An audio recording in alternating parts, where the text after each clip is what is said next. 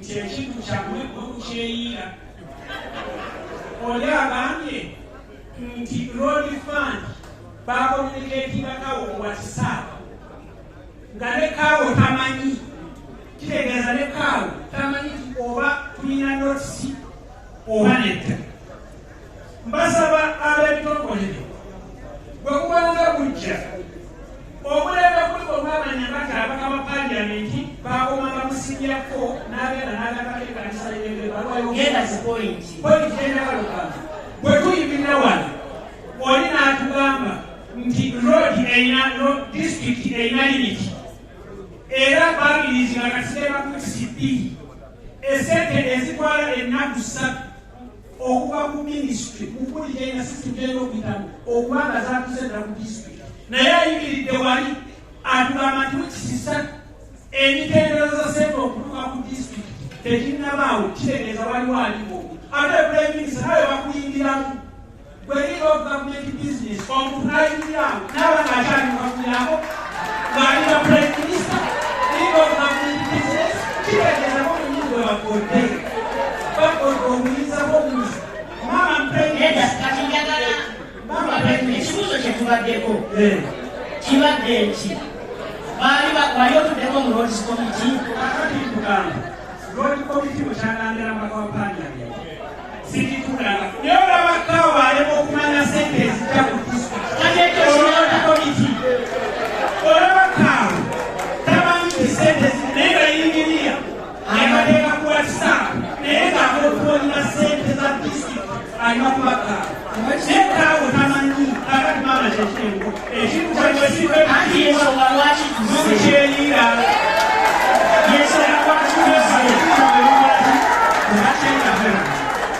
kakati munyirize mbadde nsaba muwulirize Minister of Finance atunyonyole muwulirize. Abwebale nnyo Madam Prime Minister, balabika waliwo obuzibu naye basaba muwulirize. Waliwo obuzibu wakati wa road fund ne district kubanga zijukira bulungi mu first quarter Ministry of Finance yalibiringa sente ku road fund. Bawekitwa road fund yo netandika ozigabanya buli district n'eyonula. Twabaweereza biliyoni 15. Bamemba ba Parliament bano ne bateeka ku nninga, in fact nze nali ku floor ya Parliament, ne baŋŋamba n'okumuseesalinga. Ne tuddayo ne twongera biliyoni 37. Kaakati ze zoogerwako second cash limit eyabaweebwa. Zaali ziteekeddwa okutuuka mu budde ku districts batandika okukola enguudo. Kyenjamiza okuwulira nti sente zituusa ate mu second quarter. Bagambye mu first quarter baafuna miliyoni 25. Ate ne baddamu ne bafuna kyekutayo bonga road fund naye kati ngamba kwako road fund okugenda mu olubatulize wano fena tubeereka tuli attention.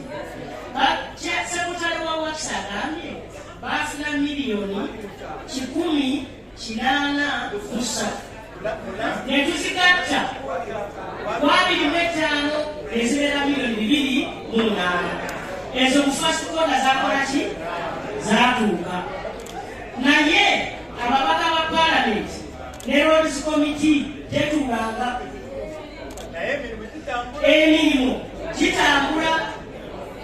Ababaka omulimu gwammwe kuli kuba balaba abasente zino eziva ku senta ne mutuula ne mukkiriziganya mu Roads Committee. Ne kanso ne bagiweereza information nayo nekakasa. Tuli ffenna kakati ekitegeeza ne mwaka guli disitulikiti yali esalawo yokka temwatuula. Kakati way forward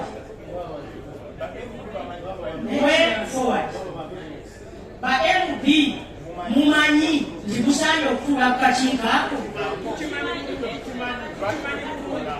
Lwaki temutuula?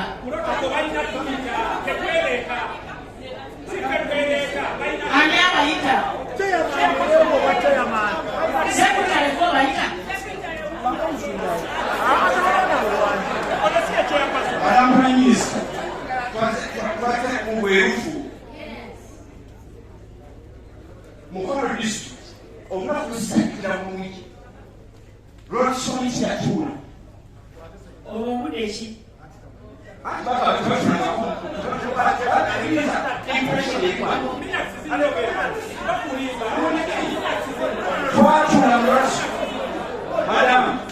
twatuula mu lwakisoni Honorable Nabbanja yalimu, Honorable Mulimayulu yalimu, Naki yalimu, Nekawe yalimu, Nengina n'atuula, lw'olukiiko olwalonda n'abalwakusa okubeera chairman wa Losomiti. Ono wundo yalimu. Tulola oba walimu. Olwo olukiiko lwe twatuula twali tetwogera ku ssente. Twali twogera ku nguudo ezirina okukolebwa. Naye ssente zaali zirina temala kukuta tuziteeseeko. Omuliro ekibanja ekyo twagala okimuliro bwe twatuula leka nina twayogera ki? Impression yabadde n'ekivanga wali ku Prime Minister Losomiti wetuna ekikya. Kangawe minisita omugala wa finance. Baba Prime Minister n'abakulembeze bannange mwena bakutuusa batukakane basebule bajja mutukakane wano batufunye okumanya ffena babaka ba Parliament mikwano gyange bayozayoza obuvunaanyizibwa bwabatikibwa buli lwogenda mu kifo olina okumanya obuvunaanyizibwa bwe n'amateeka oba kusooka yitakwetera bulungi memba wa Parliament aba muntu mukulu nnyo mu disitulikiti mwava naye alina okulungamira okuwabula abakulembeze abalala bali mu disitulikiti. Memba wa Parliament wandibadde wamanya dda etteeka erya road fund likwatako litya lyandekebwawo litya liseni era olina okumanya enkiiko zituula buli ddiini. Memba wa Parliament olabanga enkiiko tezitudde n'ogenda n'obagamba poliisi enkiiko zino zirina okugira ki toyinza kutula butuzi Kampala n'ogamba nti zetwalawa kumpita. Ekyokubiri basawo ne banyama ekyokubiri toyinza kugamba totulaku mu kiiko lwa Lord's Committee yala kumanya ate ani alonda ssentebe waba olukiiko olwo bamemba mwenamuna kwaba mwatula omwerolamu ssentebe. Ekirala Lord's Committee meeting teteekeddwa kudiskasa ku bya ssente byokka noba watula mu lukiiko musekisinga enguudo era olukiiko lwatula wakunyagaliza kwa Lord's Committee. Lwekyo njagala kubasaba yakubasaba tuleme okuwoza naye tumanye going forward kamuganda ge bwayogedde twenaaleemu oba gavumenti eno sitatwama twenyuye ekintu mpozi mugambe nti abalonzi be bayiye ekiki baba batuteekawo tetumanyi buvunaanyizibwa bwaffe. Kakati mbeera kabaka. Please let us have the members. Give the members the Parliament. Mama Prime Minister, ekibatuuza sayiti eyo nga tukitegeera nti mwe mutusinga okumanya kyekibatuuza sayiti eyo. Fene tutuula eno omubaka wa Parliament yabaga amateeka era alina okugoberera amateeka ago. Omubaka wa Parliament akimanyi bulungi nti alina kuyitibwa ku lukiiko bweba tebulikiddwa omubaka wa Parliament yakugendayo. Maama obayo osobola okugendayo.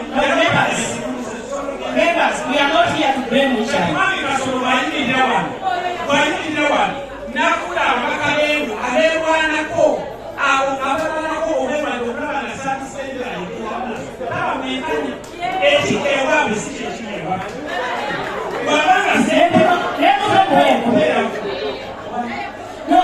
Members, let me ask one question. Kituufu bakalwa mukasa mwe mwamulonda? Fine. Kituufu bakalwa mukasa abantu bano kubanga tewali bino bye mutuweereza ebijjeemu e Kampala ne mutuweereza accountability era Roads Committee etuula okukiisa byajja biti e Kampala ne bagamba lukuba okuli bakoleddwa nga temutudde mwe muno bakubuza nze njagala bakulabye minutes nti Roads Committee yatuula ne basalawo nti luno oluguudo bwerutire bweruti kakati going forward ku kino ssente bagambye timuyina engulo zemwagala okutuuka kate musooke muyimirire kubanga ate nasire endala tezinatuka kuki baakawunti inginiya sooka oyimirize Roads Committee kubanga ekiteekawo Road Committee kubanga buli muntu alwanirira ekitundu kye buli muntu alwanirira ki ekitundu kye kakati badesala muwulirize basimu baya Kayunga sooka okunyikirize Members Mukono egenda tuwisa nnyo kakati muwulirize emiliyoni 208 n'emiliyoni 208 emiliyoni zijja emiliyoni 416 tuli ffenna kakati Roads Committee okubagano yetuwe as way forward bamwe b'abapalamenti batuleko temuddamu kuyisa bintu mwekka awo yewali ekizibu Kayunga ekyo kibi naye ate mukimanye n'olukiiko lwa Roads Committee chairperson yakola mwaka kutya kakati bwe muba temutuula onajja kukola emyaka gyonna bwe tubeera wano ne tugamba twakola ensobi tuyimirize enguudo tubanga abasazeemu omwana waffe tumufiirwe badde nkusaba mu buwombeefu okkirize enguudo ezimu ezigenda mu maaso zikolebwe naye okuva ku ezo okuddamu aboyogedde kubanga mwebatezamanyi ewaipiro ezo zikolebwe naye kyetagale mumanya naye okuva kati okuddamu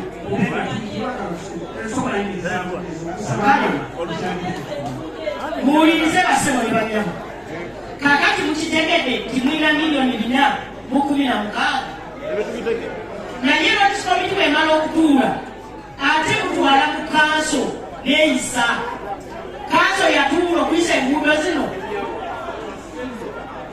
babawakazira Owekitiibwa Prime Minister nze neebaza olw'okulungamya okuliwo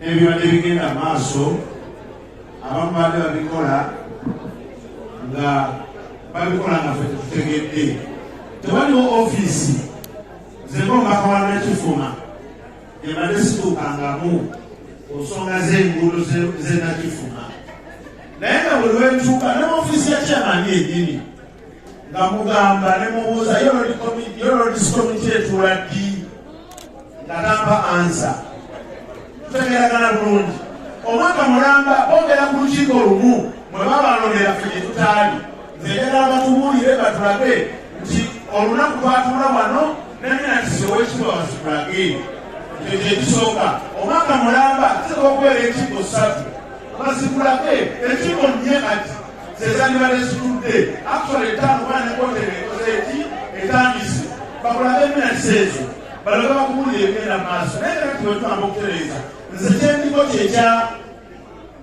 ripooti eweereddwa omwami ono eya ensimbi n'enguudo ezakolebwa ewange Nakifuma enguudo ezakolebwa Nakifuma ezisinga zonna baddaabirizangako okuva wano ne wali awo ne bamuka okuva wano paka eri awali obunnya nga we baziba oluguudo lwogerako olwakimenyedde olukimenyedde mayangayanga olugambibwa nti lwayibwako kolas mamini malamu tewaliwo oluguudo munnakifuma lwayibwako malamu.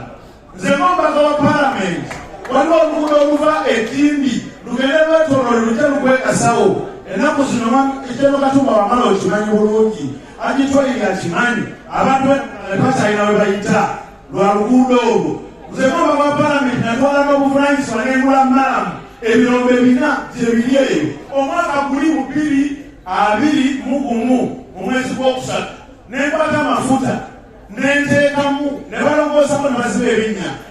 Emmotoka za disitulikiti kyezakolayo ekyamaanyi ku lipooti gye tulina kwe kugendayo kubonakolera abantu emirimu emirala nga gye Katumba bwagambye nti bano be bazisindikayo abantu abalinamu kasente nga balina faamu zaabwe babakolera emirimu egya gavumenti ne bagivaako. Eyo lipooti eriwo.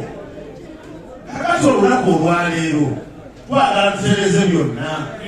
Chairman nga waliwo ow'akakiiko ate agenda kuvaako kubanga omwaka tukoze eki tutuwe ku Mande ensimbi ezizze nemalamu ge batugamba tulabe enguudo zaffe nze enguudo zonna zebadde nga nsaba ne banzinimira nga balinanga abanyamba obuyambi. Bwe tubayo bangamba mwami si batera kuyamba tukulireyo luno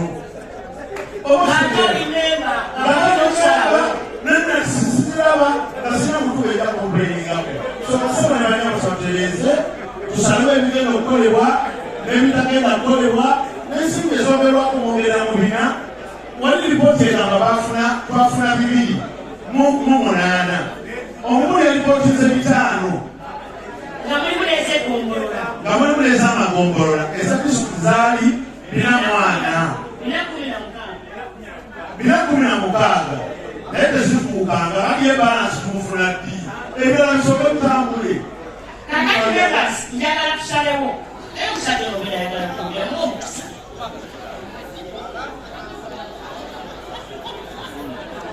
Webale nnyo Madamu Prime Minister Mpitibodongo Samuel kansala akiikirira Namaku District era nga sekretary wa finance planning and administration Mukono District era nga bikaadi ya Nuupu. Bano abakulembeze baffe ba MUP protocol wise they don't attend council. I'm getting to you, let me explain to you. I'm explaining because you get council resolutions, they decide on council, no we take on Mukono. Madam Prime Minister, who's a MP and work plan your district. We have what they call a 5-year development plan. That's where we're missing that point. District next year, a 5-year development plan. A very many people are coming here. They are doing that. By that, you get after 2.5 years. Review of the 5-year development plan. Madam, let me explain. Give me time. Let me explain the reality. The opposition. That can relate to.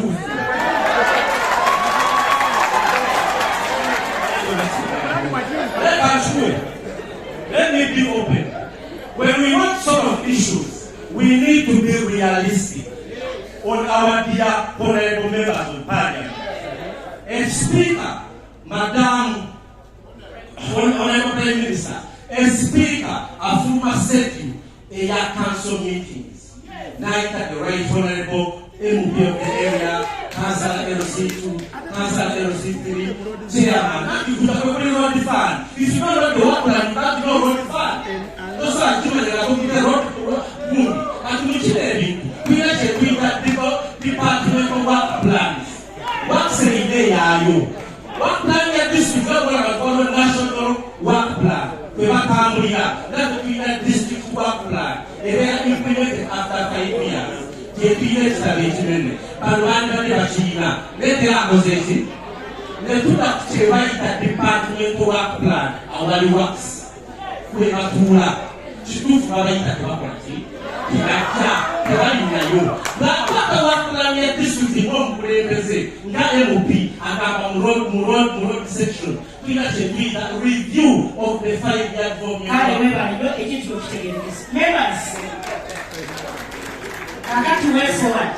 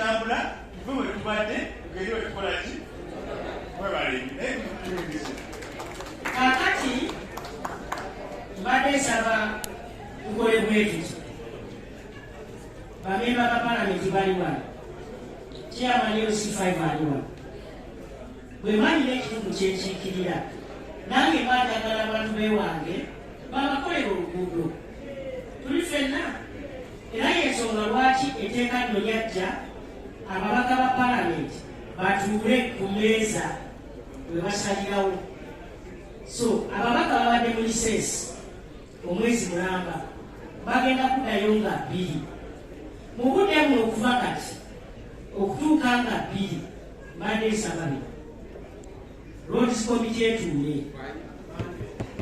tuli ffenna mwe mumanyidde wetuula mubayisizeemu waka plan kyemulowooza bateekemu ebirowoozo byabwe nti oluguudo lwe mbadde musazeemu okukola nedda ate luli bubi nnyo okusinga luno katusooke kubuliwa oluli kyeyamana bweba ekisanja kyo ekyokuba kyamani wa Roads Committee kiweddewo ng'omuntu omulala kubanga omubaka ku mubaka kyokulaba oba kyamani wonna we tugenze okugjako wano n'empiki wonna bamemba ba palamenti be bakyapaso tasobola kuyita mukiiko nga tamanyi kumalakola mubange singa mukimu mukimanyi naye obuyinza bwabugaba